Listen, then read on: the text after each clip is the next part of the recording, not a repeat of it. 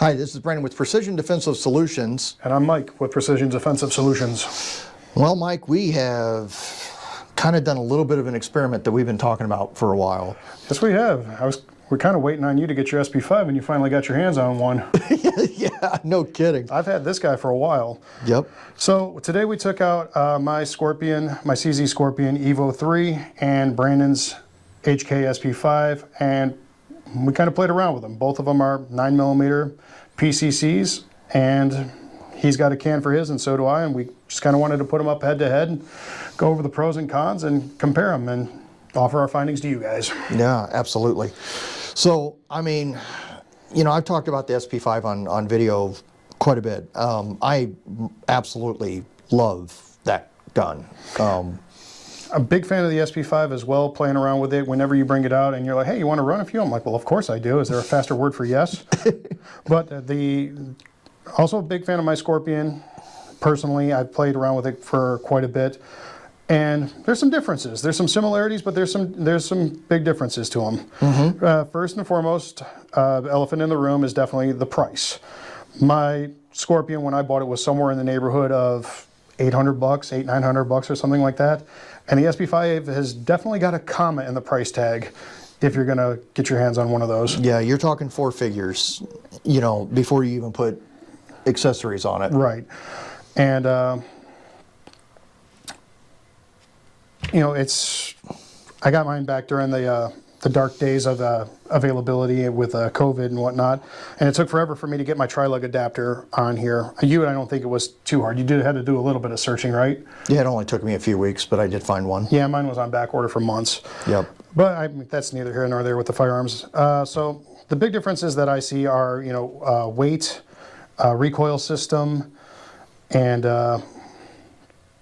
material made out of the SP5 is definitely a lot more steel and metal. The Scorpion is a lot lighter with the polymers in it.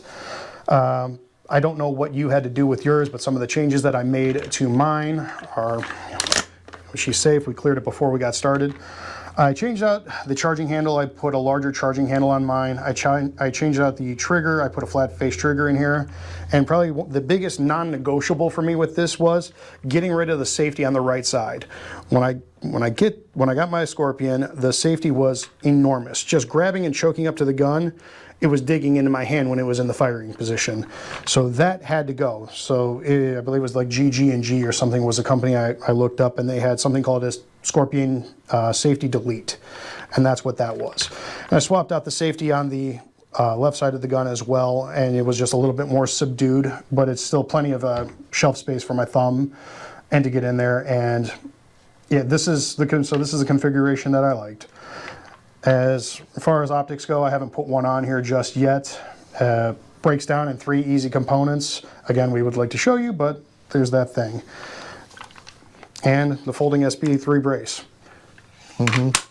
The Scorpion also comes with several options as far as magazines go. 20, 30, and even a 50-round drum, which is a blast. Yeah, no kidding. So, you know, I really didn't do a whole lot to the SP5. I didn't touch the trigger or the safety. I wanted to keep it pretty well stock, so people kind of got a feel for what it is. I did put the SP5 folding brace on it. Why? Because I didn't want to do tax stamp. Government gets enough of our money. Yeah. So I did, the red dot I put on it is a Vortex red dot, which I think the glass on this thing for its price point is pretty amazing. Didn't touch the trigger. Didn't have to put a tri-lug on it. It literally had it built into it. So all I had to do was find the tri-lug for the can. Didn't mess with the charging handle at all. Just kind of left it as stock as possible. The magazines on this one are, I believe they are 30-round mags. It might be 25. All steel. Mm-hmm. You know, they're pretty solid. But yeah, there's a pretty significant price difference between, you know, the SP5 and this, but also on the magazines too, with those being all steel. Yeah, and so the biggest differences that we found as far as between the two is, you know, price and availability. You're going to have to do some searching for an SP5. you're likely going to find a Scorpion laying around at whatever gun store you're going to end up going to.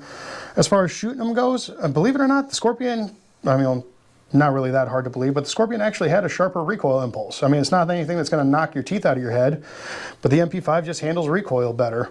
And even though it's just a little 9mm, there was still a tangible difference. We had them set up in 2 stalls next to each other, fired off a few rounds with one, went over to the other stall, shot it off, and we're like, yeah, there's a difference there. Yep. So for me personally, the CZ Scorpion wins on as far as availability and price goes.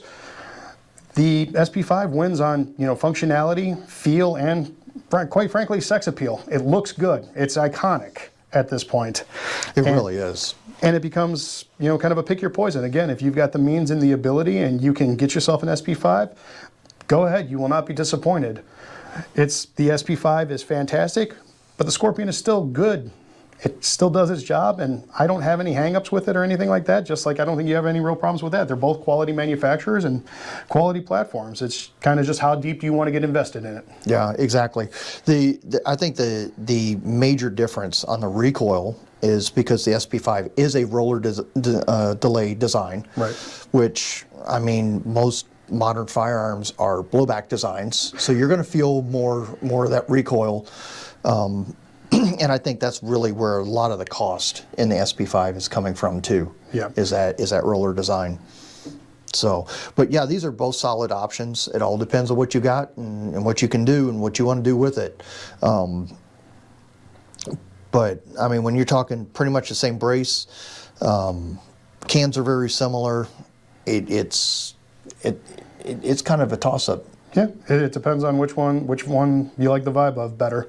I mean, similar. I think they've got similar length barrels in it, so it's not like one's gonna, you know, perform or send the rounds, you know, out at different velocities and whatnot. It's just kind of, what do you like to hug up to when you're shooting? Mm-hmm. I mean, I'd take either one of these, and I wouldn't feel underpowered if I needed to. No, not at all. Not at all. Yeah.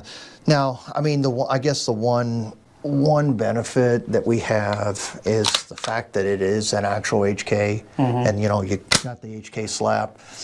I mean, yeah, you can do it on the Scorpion, but you know, there's something about doing it on the HK, right? So, so that's a little take on these. You know, pick your poison, but I know what mine is for sure.